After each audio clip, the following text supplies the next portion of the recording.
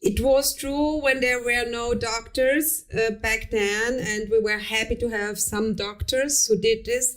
But nowadays, there are such a lot of initiatives in street medicine, and during these 20 years or over 20 years, while I was doing that, I was very happy to watch everywhere in the world, also in Austria. We were the only one besides the Barmherzige Brüder in Vienna. They did this for like 100 years, 200 years, I don't know. But we've been the only one in Austria. And all over the world, street medicine is now realized as a need, actually, a medical need. Let's to keep it simple. Yeah. Let's kind of go through the building blocks, okay? Because somebody who's listening to this who has a medical insurance might say, well, who are your clients? How many clients are there? So you don't just deal with homeless people, right? You also accept people who, for example, might not be able to afford medical insurance, no right? Insurance in Austria. Or it might be refugees, right? Yeah, right. So it might be people who have an apartment, who might be a pension, but just can't afford to go to the doctor. And these are ashamed to go to the doctor. Who are ashamed to go to this. So the question might be, next question will be, well, what kind of numbers are we talking about? Do you have any? And if you don't have the numbers, I've done some Googling beforehand. I think we have like 20,000 homeless people in Austria. I'll verify the numbers. Based on my Google studies from today, Austria, ready for this? 34,000 homeless people.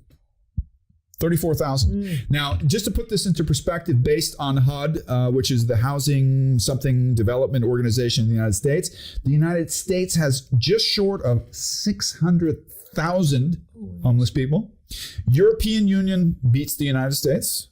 Okay, 700,000 in total. Just so that you get an idea of how important this issue is. You might say, well, this is cute. There's some doctors who on the side are, putting some Band-Aids on a couple people who might cut their finger or something. We're talking about something that is a real issue. And we don't want to just look at the human factor of this and what this means for individuals and for their health and for their quality of living, but also what this means economically, because homelessness is not just something that impacts the homeless. Yeah, of course. It impacts us all. Yeah, of course. So there's 700,000 in Europe. Germany has 260,000. Austria, like I said, 34,000. UK, 271,000. And France, 320,000. Okay, these are just some of the basic numbers so that we know what kind of scale we're talking about. Now, this is what anybody who's kind of management or process minded might think. Okay, these people all have similar conditions, right? You could, if I asked you what are the top 10 conditions that a homeless person has, you would probably be able to list them, right? What are some of the top classical conditions that a homeless person might have? Yeah, psychiatric or definitely psychiatric issues. Yeah. The question is, how well versed is a medical profession to deal with psychiatric, unless it's a psychiatrist, right? Yeah, at least it's depression that results from homelessness. It doesn't need to be the reason, but it is, there's the egg and I don't know how it's the chicken or the egg. The chicken and the egg. You never know. Is this person had a psychiatric issue and got on the street and lost everything because of this? Yes. Or is it just a reaction?